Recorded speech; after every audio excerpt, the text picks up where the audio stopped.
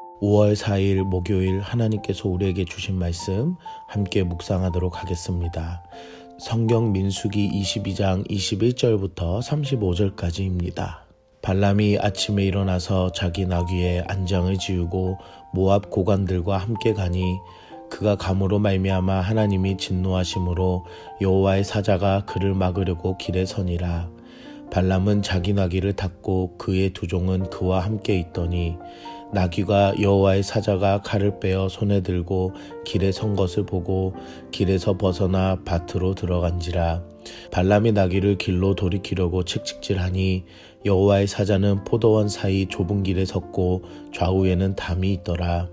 나귀가 여호와의 사자를 보고 몸을 담에 대고 발람의 발을 그 담에 짓누름에 발람이 다시 채찍질하니 여호와의 사자가 더 나아가서 좌우로 피할 데 없는 좁은 곳에 선지라.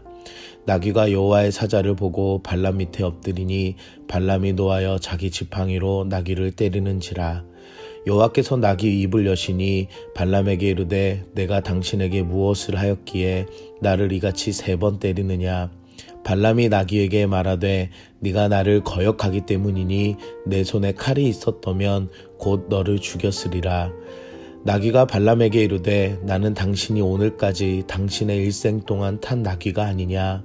내가 언제 당신에게 이같이 하는 버릇이 있었더냐. 그가 말하되 없었느니라.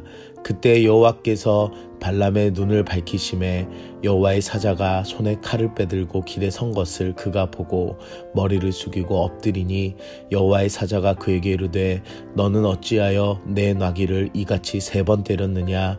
보라, 내 앞에서 내 길이 사악함으로 내가 너를 막으려고 나왔더니 나귀가 나를 보고 이같이 3번을 돌이켜 내 앞에서 피하였느니라. 나귀가 만일 돌이켜 나를 피하지 아니하였다면 내가 벌써 너를 죽이고 나귀는 살렸으리라. 발람이 여호와의 사자에게 말하되 내가 범죄하였나이다. 당신이 나를 막으려고 길에 서신 줄을 내가 알지 못하였나이다. 당신이 이를 기뻐하지 아니하시면 나는 돌아가겠나이다. 여호와의 사자가 발람에게 이르되 그 사람들과 함께 가라. 내가 내게 이르는 말만 말할지니라. 발람이 발락의 고관들과 함께 가니라. 오늘 본문에는 발람이 아침에 모압 고관들과 함께 왕을 만나러 길을 가게 됩니다. 그는 나귀를 타고 그의 두 종과 함께 길에 나섰습니다.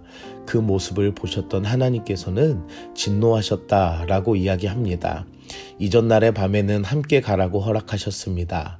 그런데 아침에는 진노하신 모습을 보게 됩니다. 하나님께서 마치 변덕스러울 수는 있지만 하나님은 악한 계획에 발람의 모습이 마치 다른 이들 모압 고관들과 모압 왕에게 사명으로 치장되는 것을 허용하지 않으신 것입니다. 그리고 하나님께서는 발람의 가는 길에 여호와의 사자를 보내어 길을 막게 합니다. 여호와의 사자는 칼을 빼어 손을 들고 길에 섰습니다.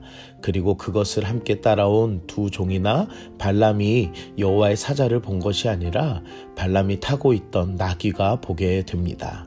나귀는 그것을 보고 길을 벗어나 밭으로 들어갑니다.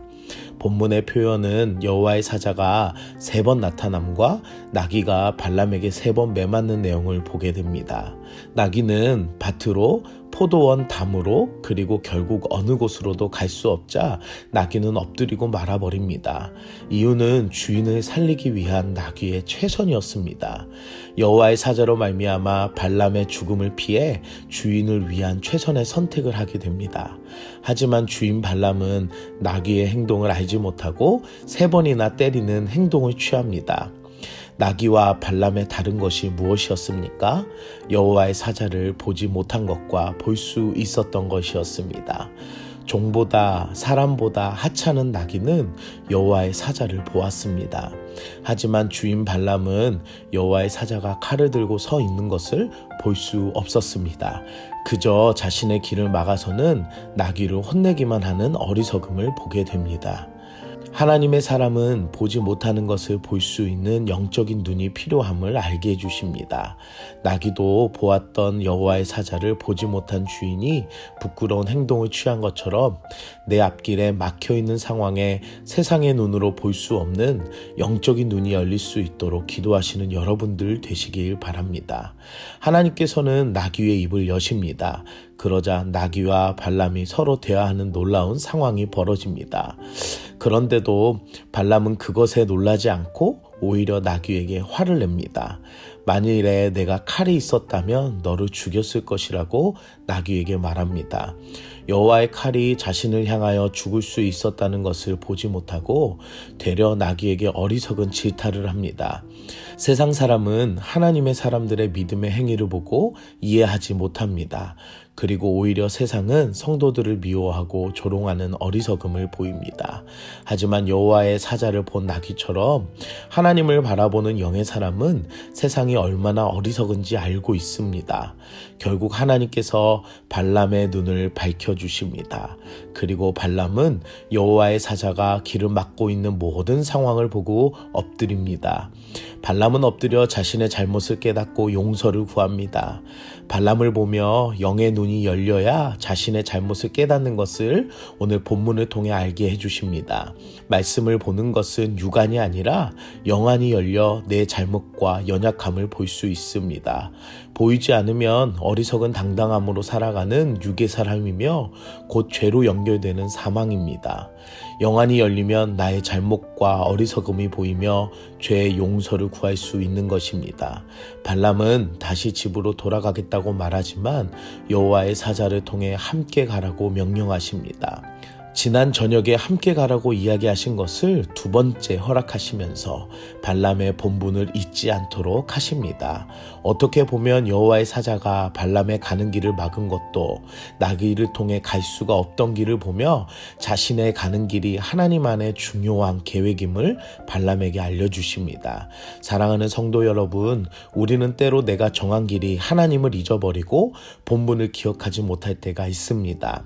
하지만 오늘 발람의 어려운 난간처럼 때로는 진노하심으로 나타나시지만 다시 한번 하나님 안에 있음을 기억하고 성도의 본분을 잊지 않고 살아가시길 바랍니다. 무슨 일을 할 때에 그리고 어떤 결정과 과정을 지날 때에 오늘 발람의 모습을 보시면서 하나님 나에게도 영안을 열어주시옵소서, 나의 모든 순간에 하나님의 자녀인 본분을 잊지 않고 살아가게 하옵소서 라고 기도하시는 여러분들 되시길 축복합니다. 오늘 우리는 무엇을 적용할까요? 영안이 열려야 생명을 얻을 수 있습니다. 보는 것과 보지 못하는 것은 다른 결과를 보여줍니다. 영안이 열려야 생명의 길과 죽음의 길을 분별할 수 있습니다. 오늘 말씀을 보면서 나의 가는 길에 영안이 열리게 하시고 하나님의 말씀을 통해 하나님을 알아가는 지혜를 주시옵소서라고 기도하시는 여러분들 되시길 바랍니다. 함께 기도하겠습니다. 사랑의 하나님, 오늘도 말씀으로 은혜를 주시니 감사합니다.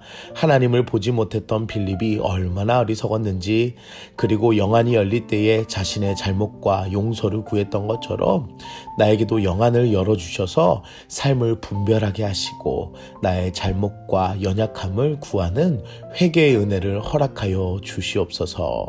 예수님의 이름으로 기도드립니다. 아멘.